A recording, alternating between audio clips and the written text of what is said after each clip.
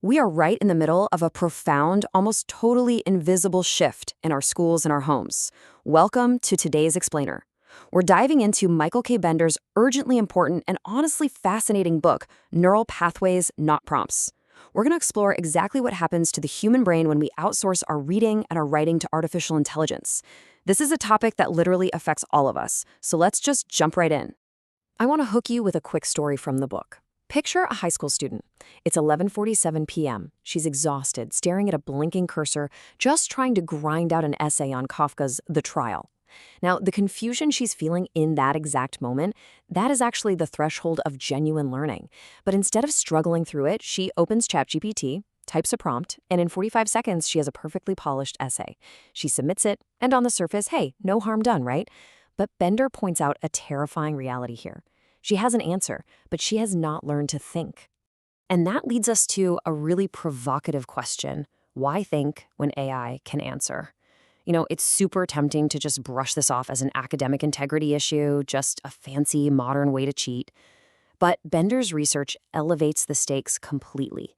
When students use AI to skip the struggle, we aren't just looking at unearned grades, we're looking at a profound loss of cognitive development.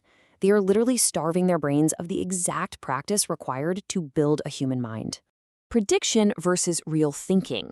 To truly understand this danger, Bender's book looks under the hood at what artificial intelligence is actually doing beneath the surface, especially when you compare it to what our own brains do.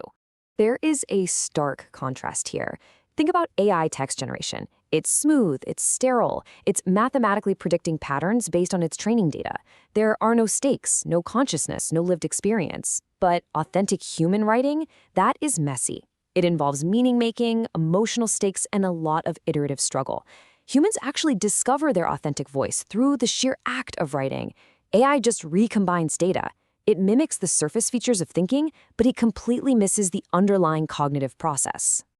And this dynamic right here is why Bender believes we are facing a massive crisis of intellectual agency. Intellectual agency is basically your capacity to think through things yourself, to develop independent perspectives, and to take responsibility for your own thinking. That isn't an app you can download. It's not a file you can generate. It only develops through the exact practice that AI encourages students to skip. You build agency by wrestling with ideas, not by asking a machine to do the heavy lifting for you. The neuroscience of struggle. To really grasp Bender's argument, we need to shift gears and talk about neurobiology. The science of how our brains actually learn is absolutely fascinating, and it proves exactly why taking this AI shortcut is so damaging. Have you ever heard the term desirable difficulty? So when you work at the edge of your capacity, say when you read a dense paragraph and have to reread it, or when you can't quite find the right word for an essay, your brain experiences cognitive strain. And that strain forces your brain to physically change. It forms new connections, it strengthens neural pathways. The brain only adapts when it encounters friction and challenge. Confusion isn't a bug. It's the catalyst for neuroplasticity. This is the crucial point Bender is making. The frustration that students feel when staring at a blank page is the exact condition under which true learning happens. When AI swoops in and just eliminates that confusion, it robs the brain of the friction it so desperately needs to grow. AI smooth efficiency traps students in what cognitive scientists call shallow processing. It's fast, it's easy, and it completely bypasses the deep processing required for actual retention. Deep processing is effortful. It builds durable memory networks. If you just skim an AI summary of a complex concept, you might feel like you get it, but you haven't done the deep processing work that produces genuine, lasting understanding. Losing our intellectual agency, the atrophy timeline. To ground all this theory in reality, Bender introduces us to a case study named Marcus. He's a capable college sophomore. We're going to use his story as a chronological anchor to see exactly how this cognitive erosion happens in the real world. Let's track Marcus's freshman year in Bender's framework. In September, he uses AI just to help with an outline, and he gets a B+. Feels like a smart efficiency, right? But by November, he notices a decreased tolerance for confusion. The minute a reading gets hard, he immediately reaches for AI. By February, he is reading dense literature, like Toni Morrison's Beloved, entirely through AI summaries. And finally in May, during a class discussion, he recognizes his complete intellectual dependence. His seemingly smart little shortcuts quietly compounded into a devastating loss of capability. Think about how chilling that realization in May really is. During that seminar, his classmates were sharing how Toni Morrison's novel deeply disturbed and moved them. Marcus? He had nothing to share. He had information about the novel, sure, but he didn't have the experience of genuine engagement. By outsourcing the reading of a novel about trauma, memory, and the legacy of slavery, he entirely missed the emotional transformation the book was actually meant to trigger in his brain. And that brings us to the cascading invisible losses of outsourcing our literacy. Bender stresses that students don't even realize what they are losing until the atrophy sets in.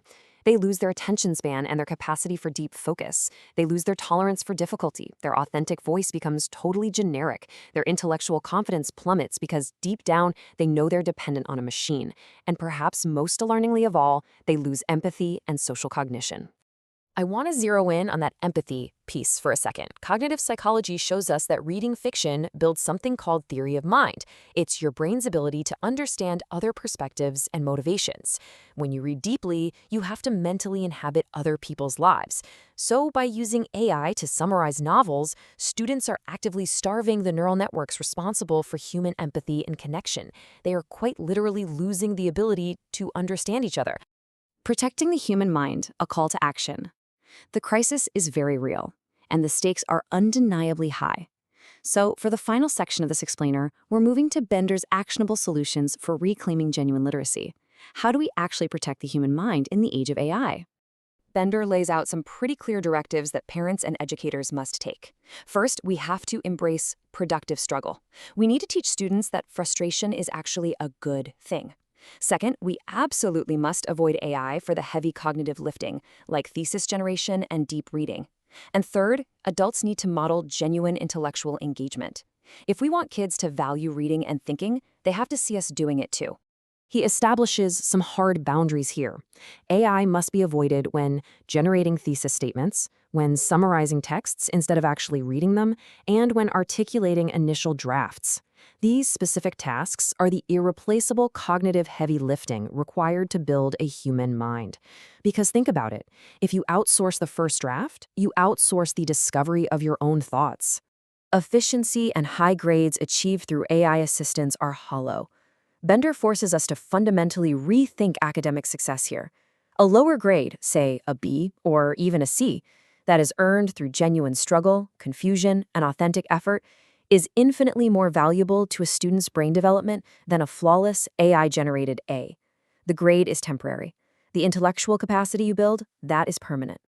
I want to leave you with this incredibly powerful quote from the book, "The decisions we make about AI use in education will shape an entire generation of human beings."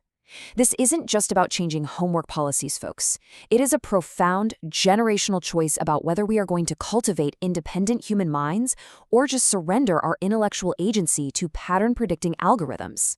So, here is my final question to you as we wrap up this explainer. Will we choose efficiency or will we protect the development of the human mind? The next time you or a student you know stares at a blank page and feels that urge to ask a chatbot for the answer, I really hope you remember the incredible power of your own neural pathways. Embrace the struggle, because that is where you become who you are. Thanks so much for joining me on this deep dive, and keep learning.